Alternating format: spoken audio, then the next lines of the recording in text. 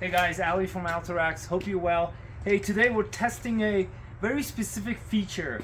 Is a very high receiver on a vehicle, and then we have a swinger and the ocho setup, so kind of extreme ends on everything, right? And then can we use the actual lift assist, the crane, to get this rack with the swinger wrap? That was actually a question from a customer. He's like, hey, is this possible? So we're gonna try it. First, we're gonna show you what the height of this receiver is.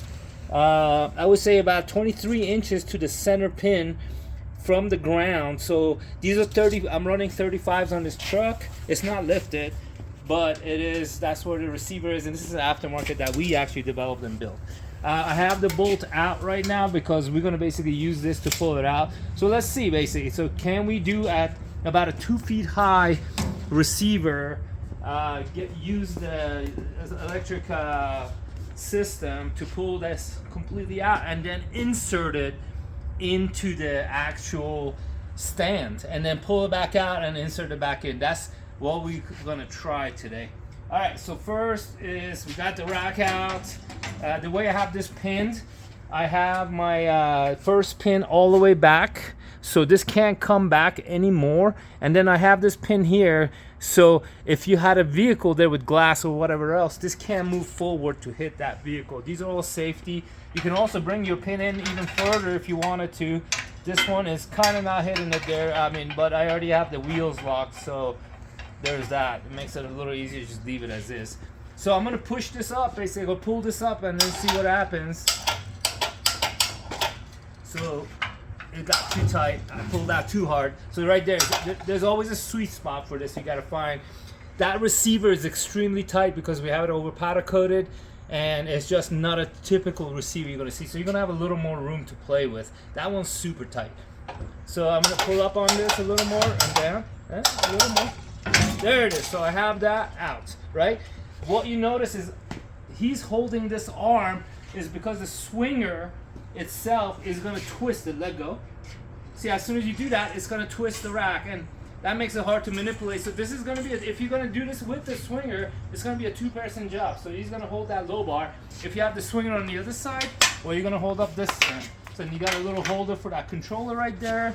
So the next thing I'm going to do is I'm going to drop the hitch, basically lowering the rack like that with the swinger on. You can see I'm getting the alignment with the receiver on the stand now. So all I gotta do is really, as he's holding it, so we're gonna align it, and we're gonna lower it a little more. And then this is where we're gonna push it in. Boom, and it's in. So we just loaded it. We can bring the rack back, lock it in position, and you have a storage setup with the swinger and the rack in the stand. So now let's reverse that. So I'm gonna pull up on that while the rack's still open, because that's what you're gonna do anyway. So I'm gonna pull up on it. I'm gonna pull the rack out. There it is. Then he's gonna lock the hitch back up. Yep, as you see twisting, but he's gonna pull that. I bet if you put a rope here or something, you can kind of hold it, but this is like a two-person job, it looks like. Well, you're not lifting the weight at least. So I'm gonna bring this up. Watch your hands as you're bringing that up. Bring that up a little more. There it is. Boom. Now I'm gonna lower it a tiny bit, and the rack's in. So, pretty lifted truck. It's not lifted, but a 35's on there, and almost a 2-foot receiver height. Will work with the swinger and the rack together and get install, deinstall? The answer is yes, but it takes that second person to stop the twist. Hope this was educational for you. You have a great day, y'all.